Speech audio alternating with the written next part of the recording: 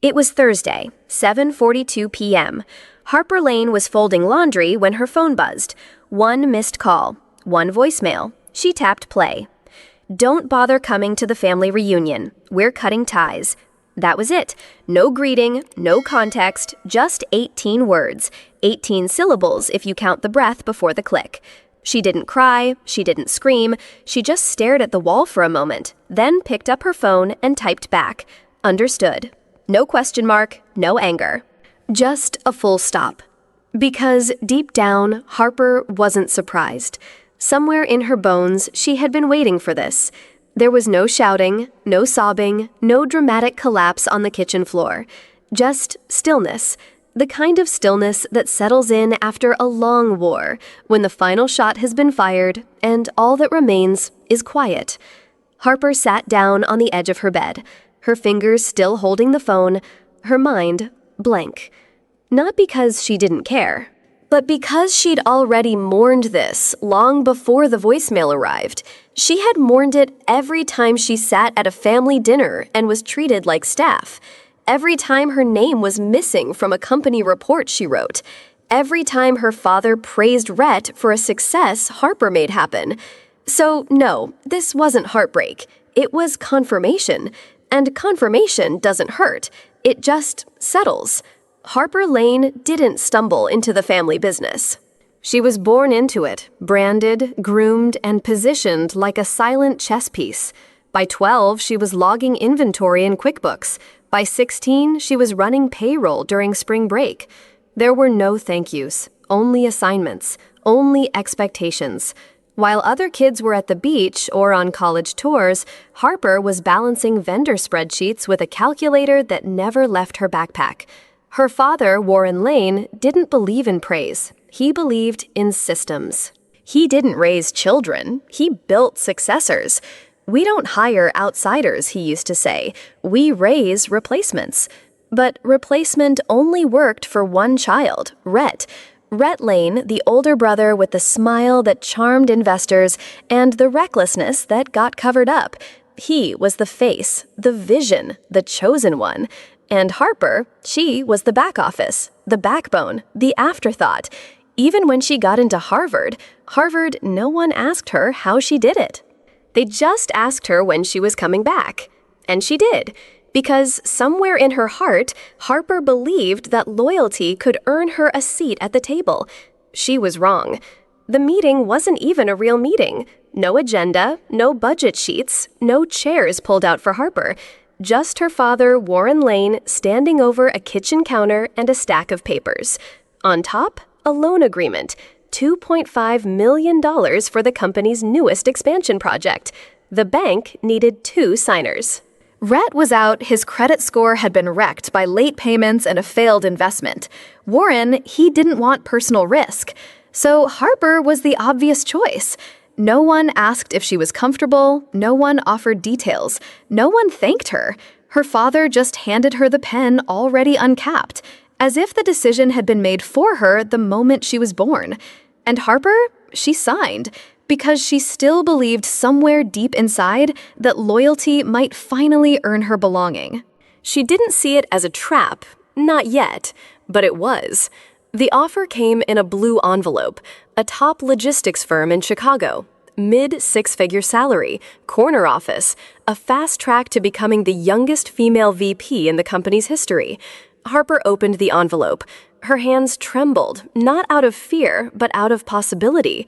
She had worked for this, earned this, and then her father called. Family before ambition, Harper. You know that. Not please come back, not we're proud of you.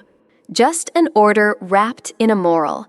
And like a soldier too loyal to question the command, she declined the offer, packed her degree, and flew home. She told herself it was the right thing, that family meant more than titles, that one day this sacrifice would count. But the truth? No one asked her to give it up. They just expected her to. Harper wasn't the face of the company. She wasn't on the brochures. She didn't shake hands at ribbon cuttings. But she was the reason the lights stayed on.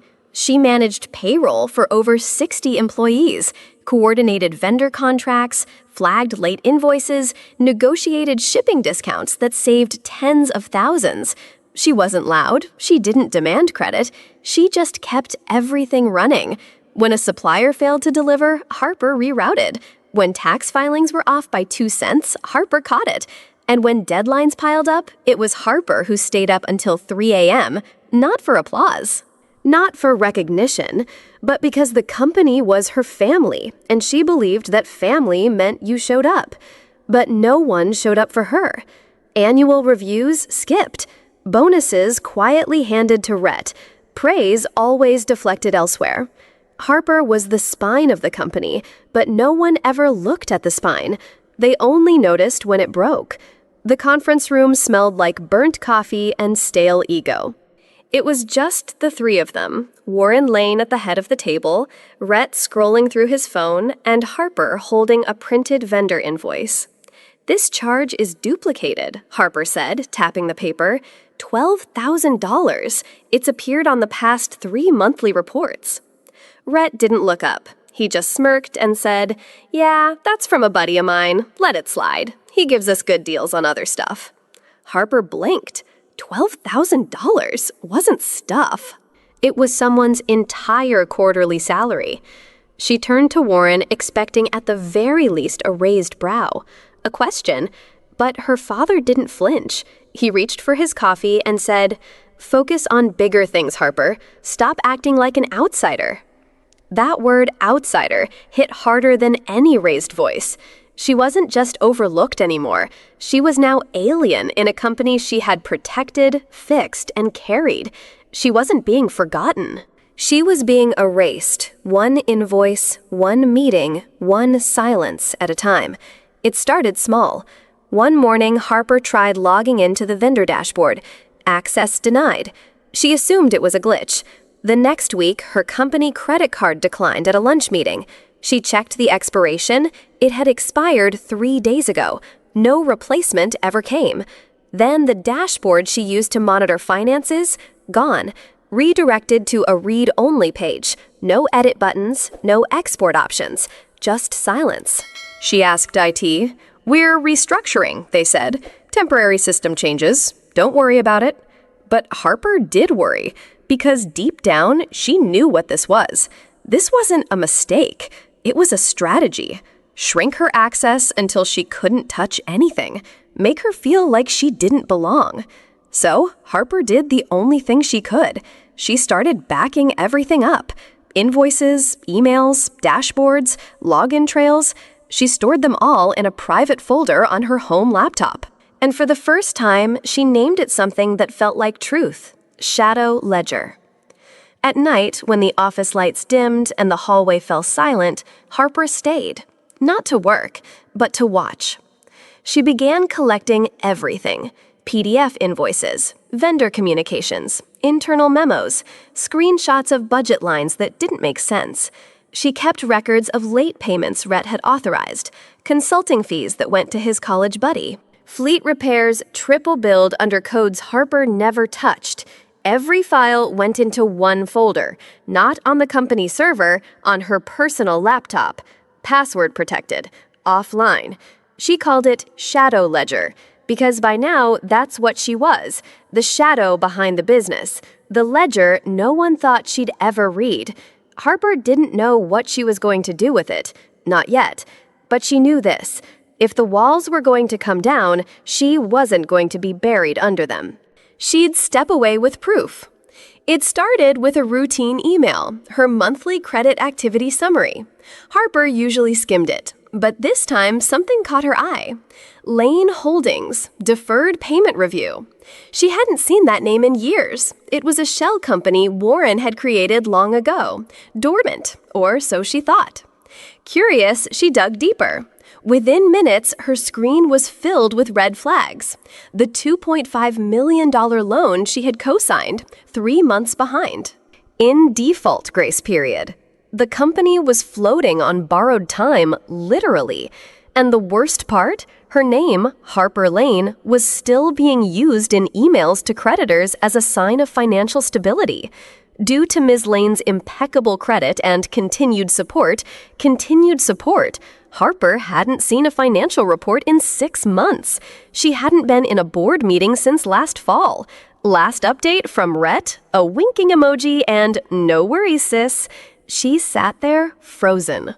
They weren't just using her. They were using her while pushing her out. Silently, strategically, shamelessly. Harper dove into the records like a surgeon with a scalpel. She wasn't angry, not yet. She was focused, methodical, dead calm.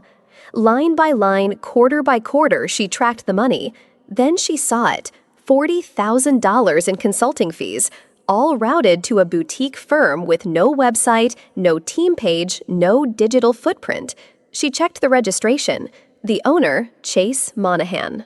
Rhett's college roommate, a guy who once got kicked out of a dorm for selling fake IDs, now consulting for Lane Autowear at $4,000 a month. Harper cross-referenced the invoices. They were vague. No deliverables, no campaign logs, just generic descriptions like strategy development, market analysis support, and at the bottom of each one, her initials, signed off as HL. But she never saw these invoices, never approved them, never signed anything. She pulled up the digital signature metadata. The timestamps didn't match her access history. Someone had forged her approval. And Harper didn't need a handwriting expert to know who. They thought she wouldn't notice. They thought she was already gone. But she was watching now. Every dollar, every lie. Harper didn't trust phone calls anymore. She needed facts. She needed law. So she reached out to someone she hadn't spoken to in 5 years, Danielle Teller, former classmate. Now a sharp-tongued attorney who once helped her sister untangle a vicious divorce from a real estate firm. They met at a quiet cafe near the courthouse. No drama, just folders, coffee, and cold strategy. Harper slid the documents across the table. The loan agreement, the forged invoices, her credit report. Danielle didn't flinch. She just scanned, flipped pages, made notes in the margins. Then she stopped. "You're not listed as a guarantor." Harper blinked. "I signed the loan, though." Danielle looked up. "Yes, but only as a co-applicant, not as a guarantor. You weren't personally pledging assets. That means," she paused, "you can withdraw. Quietly, legally, with no blowback. And if you do it before they restructure or default, you walk away clean." Harper leaned back in her chair. For the first time in months, the weight shifted. She had been pushed into a corner, but now she saw it, a door. It took exactly 4 minutes. That's how long the loan portal stayed open once Harper logged in using the administrative credentials she created 2 years ago. She hadn't touched them since, not since she believed she was building something that mattered. But now, she was building her exit. She clicked through the menus slowly, hands steady, heart strangely calm. Account, loan management, co-applicant details. There it was, status active, modification options available. She clicked remove cosigner. Then she uploaded the withdrawal letter, the one Danielle helped her draft 3 weeks earlier. She typed in her PIN, pressed submit. No alarm sounded, no dramatic pop-up, just a small gray text box, update received, processing pending compliance review. That was it. Harper stared at the screen. It didn't feel like victory. It felt like air returning to her lungs. After months of being sidelined, silenced, used, Harper had finally removed the only thing they truly wanted from her, her name. The next morning, Harper drafted a professional, emotionless email to Keith Hare, Senior Loan Officer at Valley First Bank. Subject, internal financial concerns, Lane Holdings. She attached everything. Screenshots of forged signatures, vendor payments flagged for fraud, timeline of access restrictions proving exclusion. A full, notarized copy of her withdrawal letter. No threats, no accusations, just facts. Harper read it once, twice, 3 times, then hit send. She didn't call to follow up. She didn't check her phone every 5 minutes. She knew what was coming. By noon, the company's operating account was frozen. The bank triggered a compliance audit. Vendor payments halted. Credit lines paused. Payroll review launched.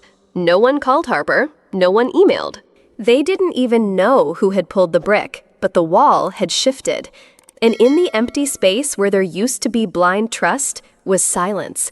A silence that wasn't peaceful but deliberate, heavy, and earned.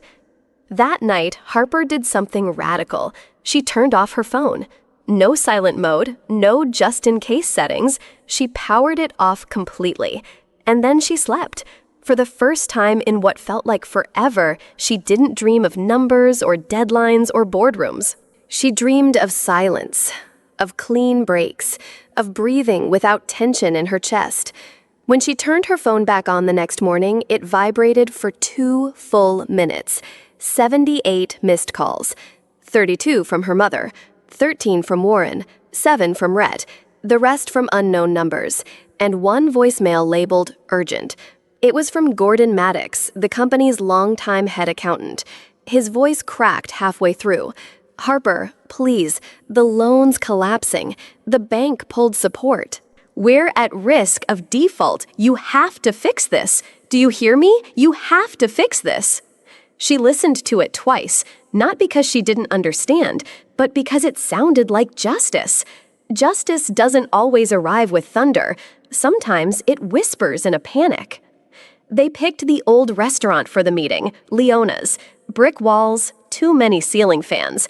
A private room near the fireplace, the same room where Harper once blew out candles as a child. But there was no cake this time. No smiles, just 3 people waiting for her. Warren, Lynette, and Rhett. Harper arrived 15 minutes late, on purpose. She wore gray slacks, a blouse, no jewelry. Neutral, unreadable, untouchable. Rhett stood up. "Thanks for coming." Harper didn't sit right away. "I didn't come for you." She slowly took the empty chair. Warren leaned forward, voice sharp, eyes cold. "You've made your point." Loud and clear. Harper didn't flinch. "No," she said calmly. "The bank made the point. I just stopped protecting your lie." His jaw locked. "You think you're punishing us? You're punishing the legacy your grandfather built." Harper stared at him, steady, quiet. Then she said it. "Grandpa built a garage. You turned it into a dictatorship." The room went still. Even the ceiling fan sounded like it slowed. Rhett scoffed. "Oh, come on." But no one laughed, not even Warren. Because deep down, they all knew she wasn't wrong. Harper reached into her bag. No dramatic pause, no warning, just one slow, intentional motion and a sealed envelope placed on the center of the table. "What's that?" Warren asked. Harper didn't look at him.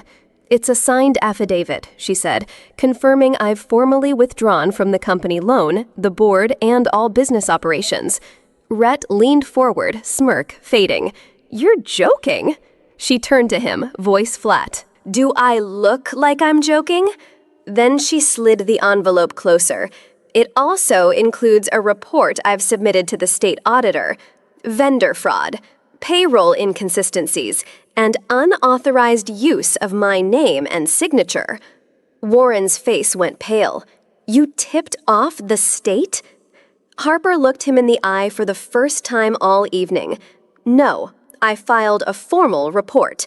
The room pulsed with silence, thick, loaded, breathless. This wasn't a conversation anymore. This was a reckoning. Harper stood. Slowly, deliberately. She picked up her bag, straightened her blouse, and pushed the chair back without a sound. Lynette spoke first, soft, almost pleading. "Sweetheart, this affects all of us." Harper looked at her. "You made sure it didn't." Then she turned to leave. Warren's voice cracked, barely a whisper. "Harper, please." She didn't turn around. She didn't raise her voice. She didn't need to. "I'm not angry," she said. "I'm done." She paused at the door. "You left a voicemail telling me we were done. I'm just agreeing with paperwork." And then she walked out. No goodbye, no apology, no second glance. Behind her, a table full of people who once called her family, now sitting in silence, surrounded by the wreckage they built themselves. The loft wasn't fancy. One bedroom, exposed brick walls, a tiny balcony that barely fit one chair and a potted plant. But every morning, sunlight poured through the wide windows. And for the first time in years, Harper didn't wake up bracing for a fire to put out. No meetings, no crises, no guilt-laced obligations waiting in her inbox. Just quiet and space and breath. She made coffee slowly now, not because she had time, but because she had permission. The permission to move slowly, to exist without being someone's backup plan. This loft wasn't much, but it was hers. Not a hand-me-down, not a favor, not a placeholder for a life someone else chose. And in that stillness, Harper Lane began to feel something she hadn't in a long time: whole. Harper didn't post about her story. She didn't give interviews. She didn't write a memoir. She just quietly opened her laptop and started consulting. Not for Fortune 500s, not for legacy corporations, for women, young founders, mothers with prototypes, sisters launching side hustles from their kitchen tables. Clients came one by one, each carrying some version of what Harper had once lived. A partner who insisted the business was theirs but kept all the passwords. An investor who praised her vision, then asked her to step aside. A family member who offered help but demanded control. And Harper, she didn't just fix their spreadsheets. She showed them how to name things early, how to document everything, how to say no. But more than that, she showed them that leaving wasn't failure, that silence wasn't surrender, that the moment you see yourself clearly, you become unstoppable. Harper wasn't rebuilding the world. She was just handing out maps so other women didn't have to get lost the way she had. It arrived on a Tuesday. No return address, just the bank's logo in the corner and a tracking barcode. Harper opened it slowly, not out of fear, but out of reverence. Inside was a single sheet of paper. This letter confirms that the commercial loan associated with Harper Lane has been formally withdrawn and restructured. No obligation remains. No action required. That was it. No apology, no explanation, no mention of the chaos that followed, just a period at the end of a sentence that had once cost her sleep, peace, and identity. She placed the letter in a folder labeled Complete and slid it to the back of her filing cabinet. Then she lit a candle by the window, not for ritual, but for release, for air, for closure, for the woman she had finally become. The next morning, Harper sat by the window, coffee in hand, laptop open. No calendar alerts, no urgent emails. Just a quiet list of names, her clients, women with dreams and wounds and blueprints. She clicked on a new folder. Client, JM, fresh startup, solo founder, nervous, smart, tired of being talked over. Harper opened a fresh document, paused, then typed the first line at the top of the page. You're not difficult. You're just finally visible. She sat back in her chair, let the words settle, because that's what Harper had learned. Not just how to survive silence, but how to turn silence into strength. Not just how to walk away, but how to walk fully into herself. And now, she was showing others the way. One folder at a time. One voice at a time. One woman at a time. Sometimes the most painful betrayal doesn't come from enemies. It comes from the people you once lived to protect. Harper Lane's story reminds us that silence isn't always peace, that loyalty without boundaries becomes a cage, and that choosing yourself is not selfish, it's survival. In a world that often asks women to be less, Harper chose to be seen. And in doing so, she showed us this: you don't owe anyone your invisibility. If you've ever felt used, erased, or silenced, this story is your reminder. You are allowed to rewrite the ending. If Harper's story moved you, if you believe more women deserve to be seen, heard, and respected, subscribe now for more powerful true life stories that uncover truth, fight injustice, and celebrate resilience. This is not just storytelling. This is a space for those who refuse to stay silent. Subscribe, watch, rise.